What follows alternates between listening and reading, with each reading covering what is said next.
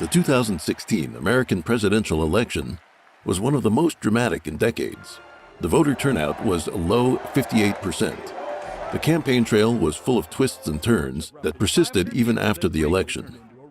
The winner, Republican candidate Donald Trump, found himself besieged by negative media coverage and protests in cities around the nation. The demonstrators held signs emblazoned with slogans such as, quote, "Not my president," declaring Trump to be racist, sexist, xenophobic, or a Nazi. There were demands for a recount and threats of impeachment. Investigative journalism has revealed that many of these protests were instigated by certain interest groups. As shown in America Under Siege, Civil War 2017, a documentary directed by Florida-based researcher Trevor Loudon, a significant portion of the demonstrators were, quote, "professional revolutionaries with ties to communist regimes and other authoritarian states, such as North Korea, Iran, Venezuela, or Cuba." Loudon's work also highlighted the role of two prominent American socialist organizations, the Stalinist Workers World Party and the Maoist Freedom Road Socialist Organization. Having researched the communist movement since the 1980s, Loudon determined that left-wing organizations have made the United States their primary target for infiltration and subversion. The fields of American politics, education, media, and business have increasingly shifted to the left under the influence of well-placed individuals. Even as people around the globe cheered the triumph of the free world after the Cold War, communism was stealthily taking over public institutions of Western society in preparation for the final struggle. America is the light of the free world and carries out the God-given mission of policing the globe. It was the involvement of the United States that determined the outcomes of the world wars. During the Cold War, facing the menace of nuclear holocaust, America successfully contained the Soviet bloc until disintegration of the Soviet and Eastern European communist regimes.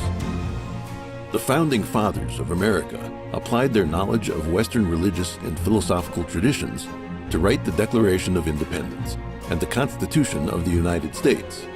These documents recognize as self-evident the rights bestowed upon man by God, starting with the freedoms of belief and speech, and established separation of powers to guarantee the republican system of government.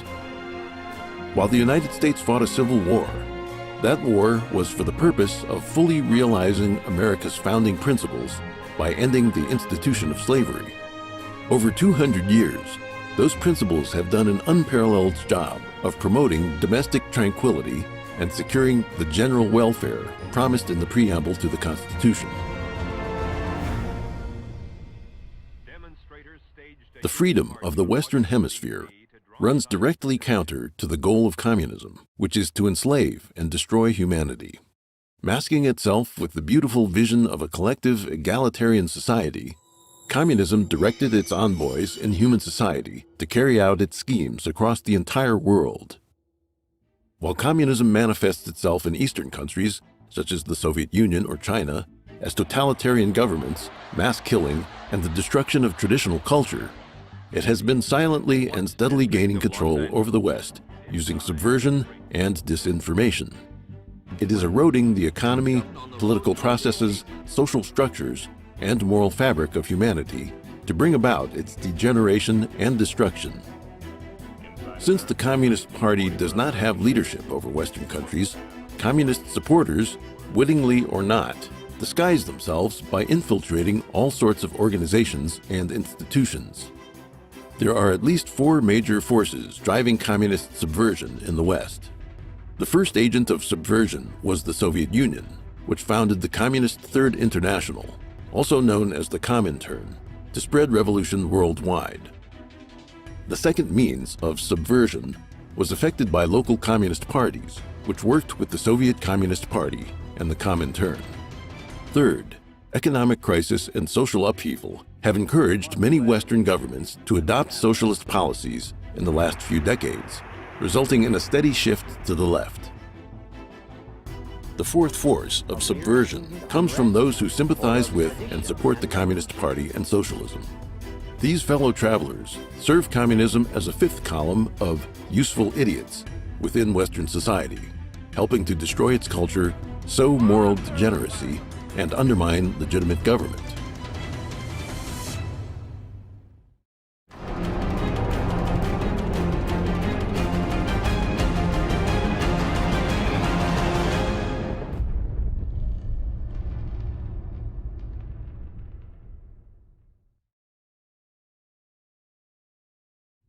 One, communism via violence and nonviolence.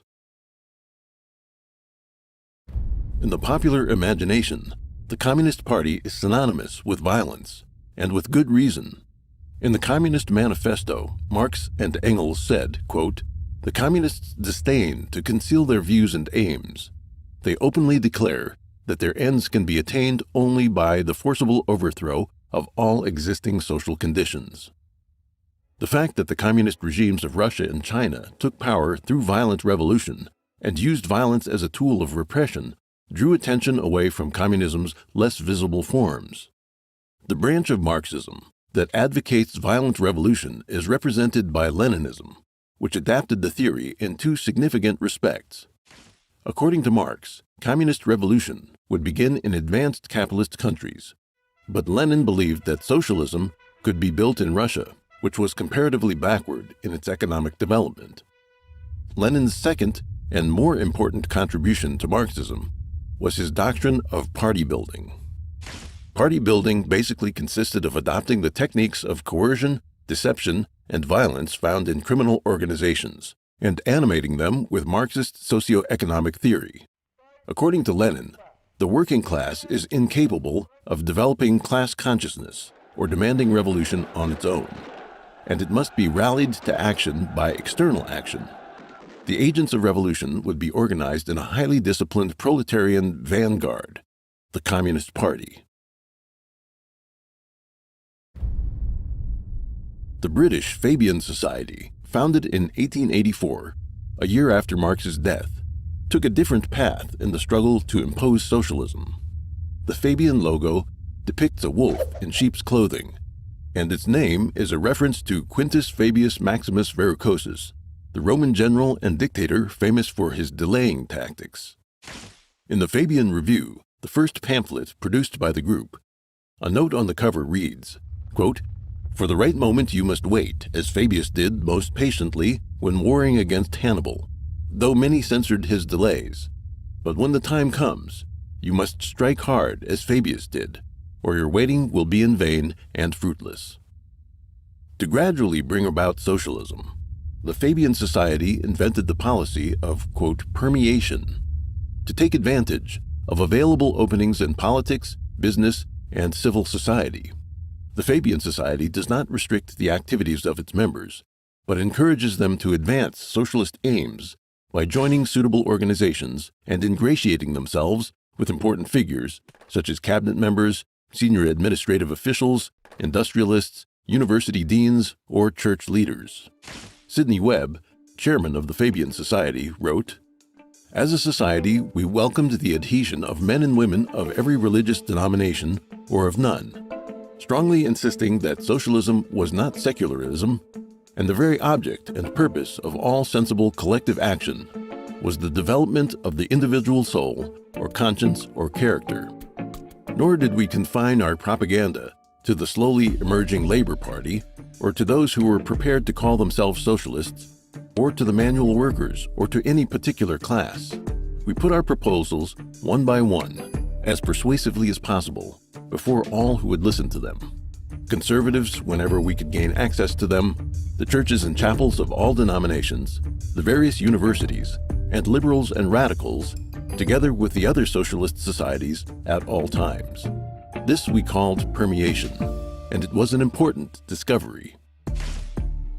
Many members of the Fabian Society were young intellectuals.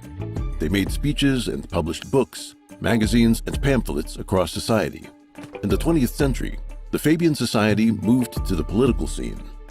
Webb became the Fabian representative in the newly formed Labor Representation Committee of the Labor Party. In the Labor Party, Webb drafted its party constitution and party program. Taking a lead role in forming policy, Webb endeavored to make Fabian socialism the guiding ideology of the party. The Fabian Society later acquired influence in the United States, where multiple groups exist in the liberal arts faculties across many universities. Whether Lenin's violent communism or the Fabian Society's nonviolent communism, both are manipulated by communism's evil specter and have the same ultimate aim. Lenin's violent communism does not reject nonviolent means. In his book, Left-Wing Communism and Infantile Disorder, Lenin criticized the communist parties of Western Europe that refused to cooperate with what he called the, quote, reactionary labor unions or to join the, quote, capitalist national parliament. Lenin wrote in his book, "For a communist, with a correct understanding of his own ends, the art of politics lies in correctly calculating the conditions and the moment when the proletarian vanguard can take over power successfully. He must decide when, after this assumption of power, that vanguard will be able to obtain adequate support from sufficiently inclusive strata of the working class and non-proletarian laboring masses, and when it will be able to maintain, consolidate, and extend its supremacy, educating, training, and attracting ever-widening circles of the laboring masses." Lenin stressed again and again that the communists must hide their real intentions. To seize power, no promise or compromise can be ruled out. In other words, to achieve their goals, they can be shamelessly immoral. On the road to power, both Russia's Bolshevik Party and the CCP utilized violence and deception to the utmost. The brutality of the Soviet and Chinese communist regimes has drawn attention away from the nonviolent communism found in the West. George Bernard Shaw, an Irish playwright and representative of the Fabian Society, once wrote, quote, "I also made it quite clear that socialism means equality of income or nothing, and that under socialism, you would not be allowed to be poor. You would be forcibly fed, clothed, lodged, taught, and employed whether you like it or not. If it were discovered that you had not character enough to be worth all this trouble, you might possibly be executed in a kindly manner." The Fabian Society specialized in disguise. It chose Shaw, a literary man, to cover up the true aims of nonviolent socialism with beautiful words, but the brutality lies below the surface. Western communist parties and their various front organizations incite young people to create an atmosphere of chaos. They take part in assault, vandalism, robbery, arson, bombings, and assassination to harass and intimidate their enemies.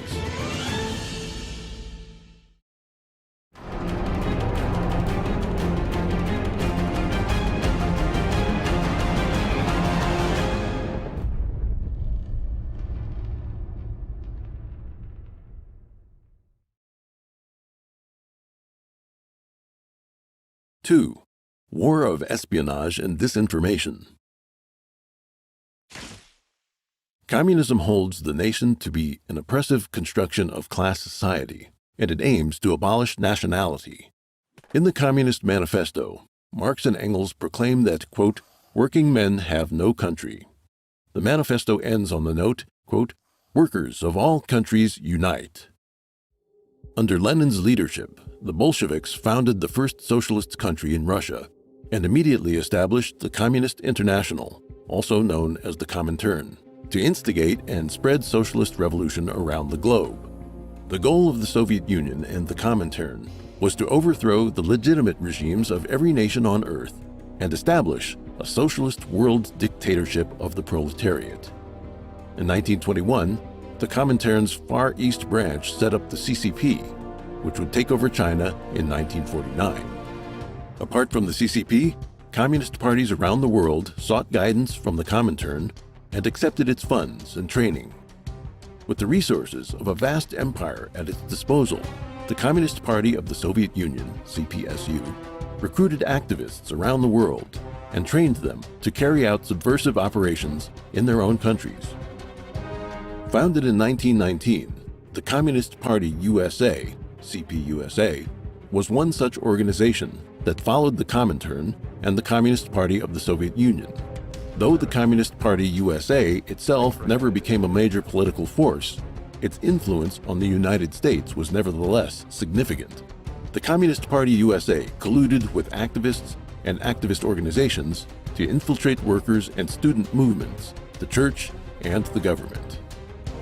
Dr. Fred Schwartz, a pioneer of American anti-communist thought, said in 1961, quote, "Any attempt to judge the influence of communists by their numbers is like trying to determine the validity of the hull of a boat by relating the area of the holes to the area which is sound. One hole can sink the ship. Communism is the theory of the disciplined few controlling and directing the rest. One person in a sensitive position can control and manipulate thousands of others." It is now known that Soviet operatives were active within the U.S. government during World War II. Despite this and the anti-communist efforts of Senator Joseph McCarthy, the facts were hidden from the public by leftist politicians, academics, and the left-wing media. In the 1990s, the U.S. government declassified the Venona files decoded by American intelligence during the 1940s up to the end of World War II. These documents show that at least 300 Soviet spies were working in the U.S. government, including high-ranking officials in the Roosevelt administration who had access to top-secret information. Other agents used their positions to influence American policymaking and statecraft. Among those found to be Soviet spies were U.S. Treasury official Harry Dexter White, State Department official Alger Hiss, and Julius and Ethel Rosenberg, the couple who were executed by electric chair for transmitting military secrets and atomic technologies to the Soviet Union. The communications intercepted and decrypted by the Venona project are just the tip of the iceberg. The full extent of Soviet infiltration in the U.S. government remains unknown. As high-ranking American officials, some of the Soviet operatives had opportunities to influence important political decisions. Alger Hiss, the Soviet spy in the State Department, played a key role as President Franklin D. Roosevelt's advisor during the Yalta Conference at the end of World War II. He helped determine post-war territorial arrangements, draft the United Nations Charter, decide prisoner exchanges, and the like. Harry Dexter White, a trusted aide to Secretary of the Treasury Henry Morgenthau Jr., helped create the Bretton Woods International Financial Agreement and was one of the major personalities behind the establishment of the International Monetary Fund and the World Bank. White encouraged the Chinese Nationalist Party, Kuomintang, to enlist underground CCP member Yi Zhaoding in the Chinese Ministry of Finance. Taking up the post in 1941, Yi was the architect of disastrous currency reforms that damaged the Kuomintang's reputation and benefited the CCP's rise. Some historians argue that the influence of Soviet spies and their left-wing sympathizers in American foreign policy led the United States to end military aid to the Kuomintang during the Chinese Civil War after World War II. Mainland China was consequently lost to the CCP. Some scholars, such as M. Stanton Evans, argue that Soviet spies were most successful at influencing policy. Whittaker Chambers, a Soviet informant and Communist Party USA associate, who later defected and testified against other spies, said, quote, "The agents of an enemy power were in a position to do much more than purloin documents. They were in a position to influence the nation's foreign policy in the interest of the nation's chief enemy, and not only on exceptional occasions, but in what must have been the staggering sum of day-to-day decisions." Yuri Bezmenov, a KGB agent who defected to the West, discussed Soviet methods of subversion in his writings and interviews. According to Bezmenov, the James Bond-style spies of popular culture who blow up bridges or sneak around stealing secret documents couldn't be further from the reality of espionage. Only 10 to 15% of the KGB's personnel and resources were allocated to traditional spy operations, with the rest going to ideological subversion. Bezmenov said that subversion comes in 4 stages. The first step is to foster the cultural decadence and demoralization of the enemy country. The second is to create social chaos. And the third is to instigate a crisis that would lead to either civil war, revolution, or invasion from another country, culminating in the fourth and final stage of bringing the country under the control of the Communist Party. This is called normalization. Bezmenov, whose alias was Thomas Schumann, listed 3 fields of subversion: thought, power, and social life. Thought covers religion, education, the media, and culture. Power includes government administration, the legal system, law enforcement, the armed forces, and diplomacy. Social life encompasses families and communities, health, and relations between people of different races and social classes. As an example, Bezmenov explained how the concept of equality was manipulated to create unrest. Agents would promote the cause of egalitarianism, making people feel discontent with their political and economic circumstances.